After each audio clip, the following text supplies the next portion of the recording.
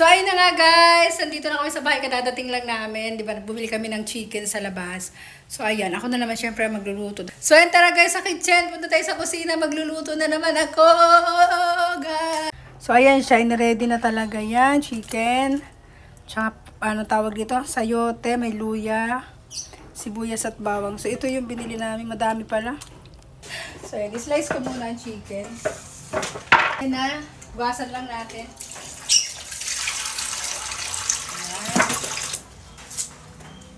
Balat muna tayo ng sibuyas, bawang at saka luya. So ayan, balatan ko lang ang luya guys. Bawang naman guys, bawang. Nahiwa ko na ang bawang, sibuyas at luya. So balatan naman natin ngayon ang sayote. So ayan na nga guys, nabalatan ko na ang dalawang sayote. Ayan, i-slice na. Hiwain na natin ang sayote. Mga guys, tapos na maghiwa ng sayote na siya. O, di ba ang bilis? Magic. So, ayan ang ating manok. Naninilaw na. Mukhang may sakit ang manok natin. Naninilaw. Joke lang. Ayan ang sayote. Ayan, luya, sibuyas at bawang. Guys, magsimula na tayo magluto. Kakailangan natin ng malaking kawali para marami ulit tayong sabaw. So, ayan, buksan na natin ang apoy. Kukuha lang tayo ng panghampas sa asawa mong ayaw kumilos. Asawa mong tamad. So, ito na guys, ang sanse. Sanse ang gagamitin ko pang isa. So, ayan, lagyan lang natin ang oil. Gigisa muna natin ang manok. Ayan. Igigisa muna natin ang luya at sibuyas. Gigisa lang natin ang luya. Iligay muna natin ang luya. Yan, di pa pala mainit. So, kailangan natin ng malaking kawali na. Ang ingay naman ng pabo, nagbablog ako eh. Eh naman kung kailan ako nagbablog saka nag-iingay. Gusto mo ikaw tinulahin ko? Okay, mahimik na siya, diba? Mahimik siya. Natakot. Baka siyang maitinula ko dito. Iligay na natin ang sibuyas, pwede na yan. Pato. Ligay na natin pati ang bawang guys. Pagsamahin na natin yan. Pagsahin na natin ang bawang, luya at ang sibuyas. Yan. Igisa na natin yung luya para mas lumabas yung aroma. Pwede na natin ilagay ang manok. Ilalagay na natin ang manok.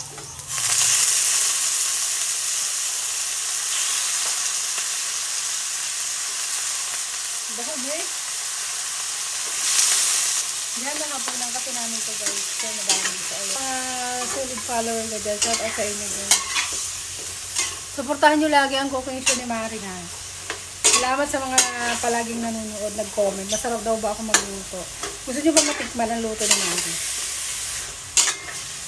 I-follow nyo lang ako dyan sa aking page para malaman nyo kung gaano kasarap magluto si Mari. Patis.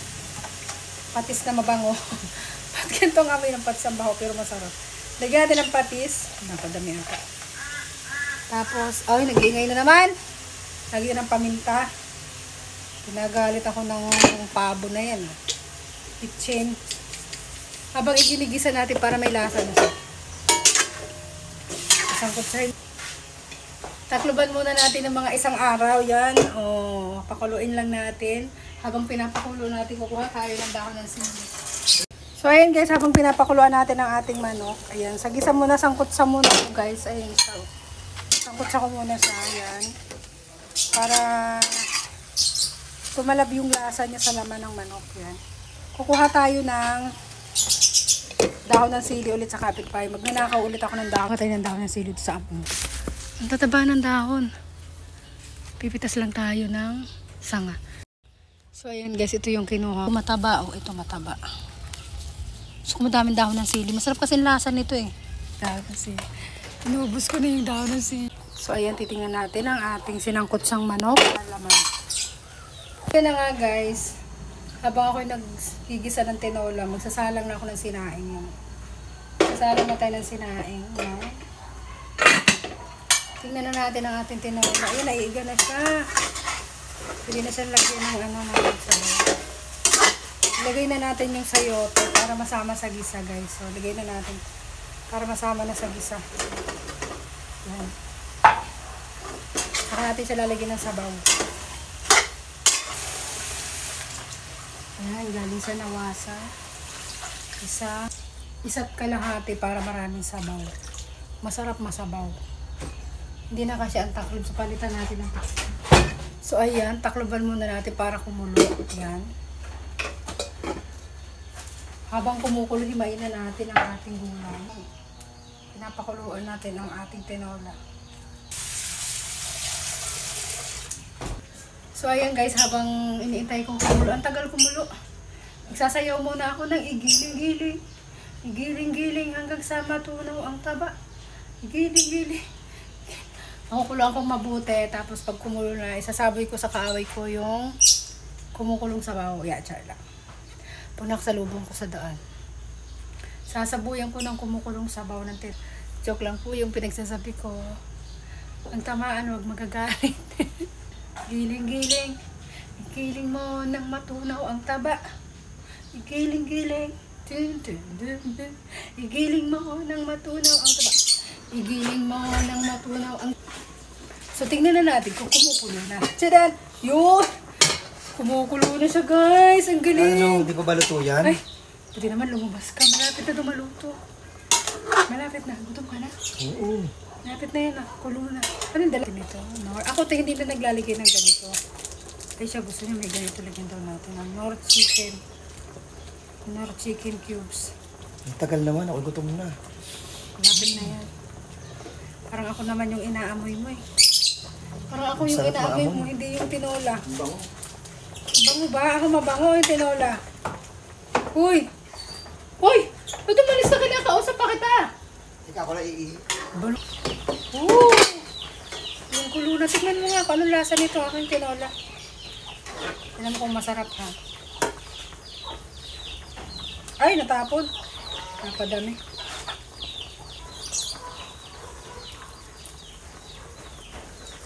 Ano kulang?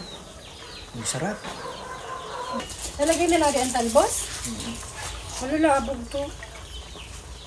Lagay na natin ang Ang dami. talbos, guys. Oh, masarap yan, malasa. Pinalbong mo na yung Sarap nito. Mag-ano ka na dun, magsando ka na. Maghain ka na ng lamesa.